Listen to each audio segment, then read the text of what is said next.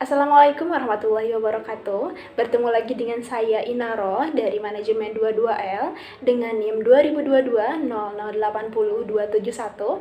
Pada video kali ini kita akan sama-sama membahas terkait dengan materi di sesi keempat manajemen risiko keuangan, yaitu membahas seputar risk and return atau risiko dan pengembalian atau sering kita sebut dengan keuntungan.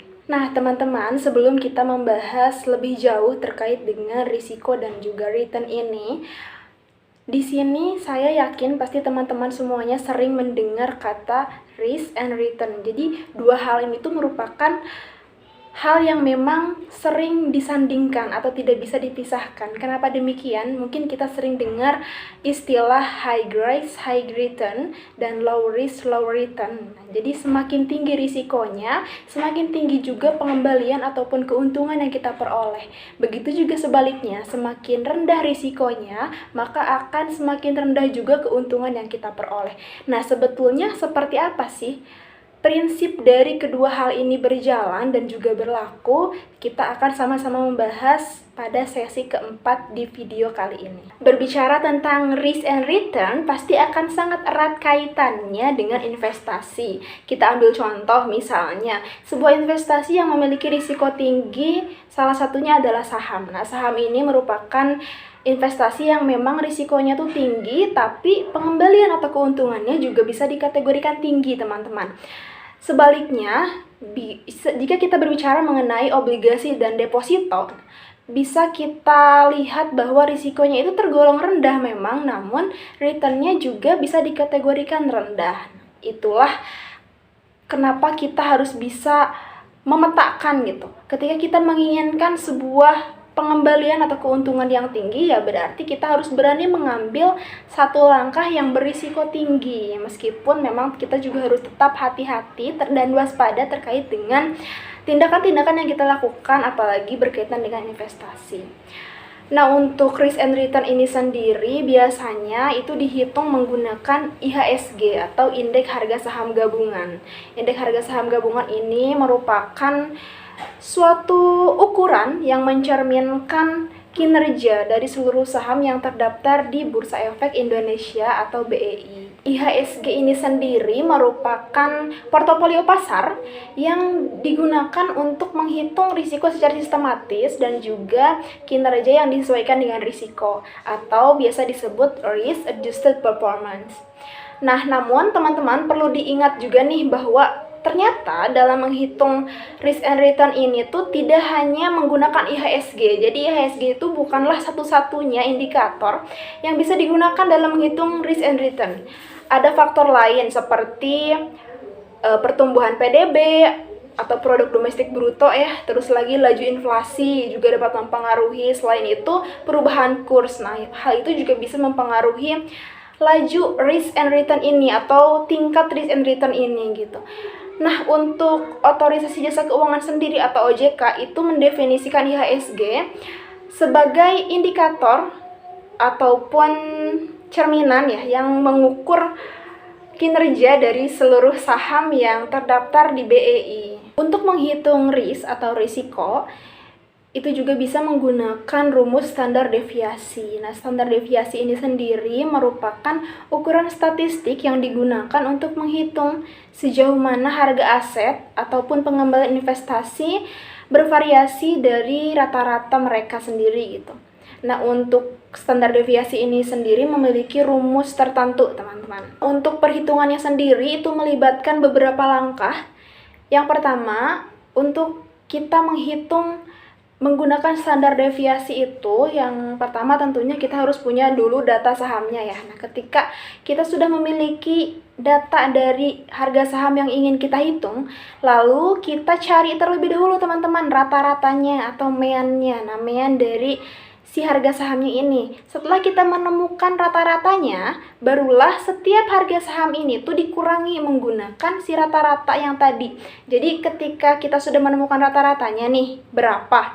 Nah, si rata-rata ini digunakan untuk mengurangi si masing-masing harga saham yang kita miliki. Jadi data saham tuh dikurangi kembali menggunakan rata-rata dari hasil perhitungan pertama.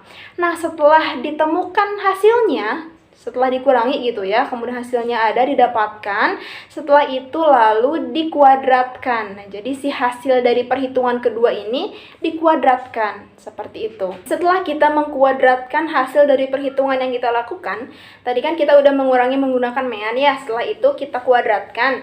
Nah, hasil dari pengkuadratan ini dijumlahkan secara keseluruhan. Jadi setelah kita mendapatkan hasil dari kuadratnya, kemudian dijumlahkan secara keseluruhan.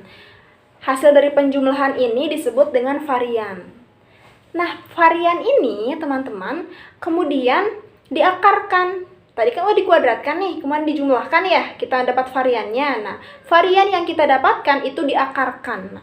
Nah, setelah diakarkan inilah baru kita mendapatkan yang namanya standar deviasi. Nah, seperti itu ya. Jadi, standar deviasi ini tuh diperoleh melalui perhitungan tadi setelah kita mengkuadratkan terlebih dahulu, lalu hasilnya diakarkan. Nah, itu baru yang disebut dengan standar deviasi. Nah, untuk rumus dari standar deviasi ini sendiri itu biasa dilambangkan dengan N dikali VI min 1 min EV akar 2. Nah, atau tadi kan kita udah menjelaskan langkah-langkahnya ya. Nah, VI ini tuh harga saham, teman-teman. Jadi, harga saham tuh dilambangkan dengan VI.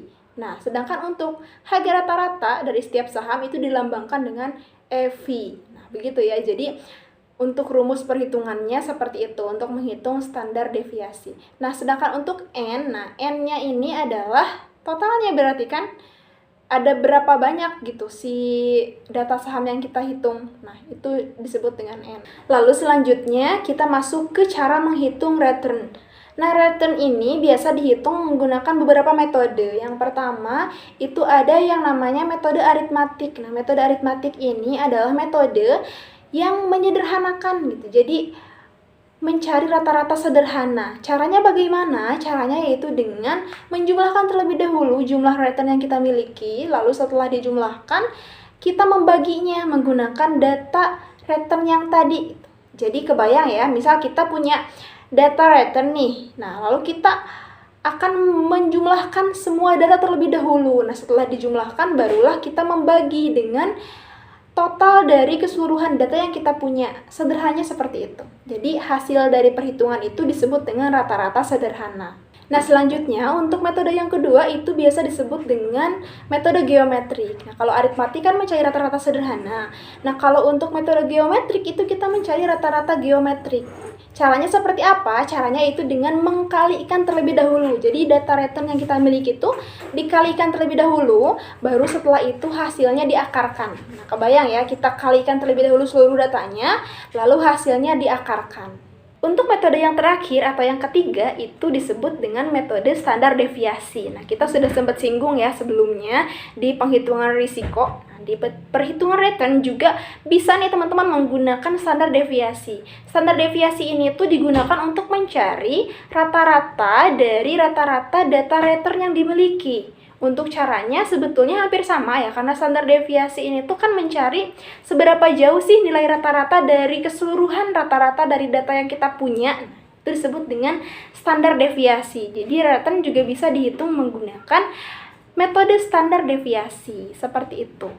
Akhirnya kita sudah sampai di penghujung pembahasan. Kita sudah membahas mengenai risk and return atau risiko dan juga pengembalian atau keuntungan. Meskipun durasinya terbilang singkat, saya berharap semoga teman-teman dapat mendapatkan pemahaman dari apa yang saya jelaskan, meskipun penjelasannya kurang terperinci karena waktu yang terbatas dan juga penghitungannya tidak dianalogikan secara spesifik karena keterbatasan juga ya teman-teman. Mungkin hanya sekian yang bisa saya sampaikan pada sesi kali ini. Saya Naruh pamit undur diri. Wassalamualaikum warahmatullahi wabarakatuh.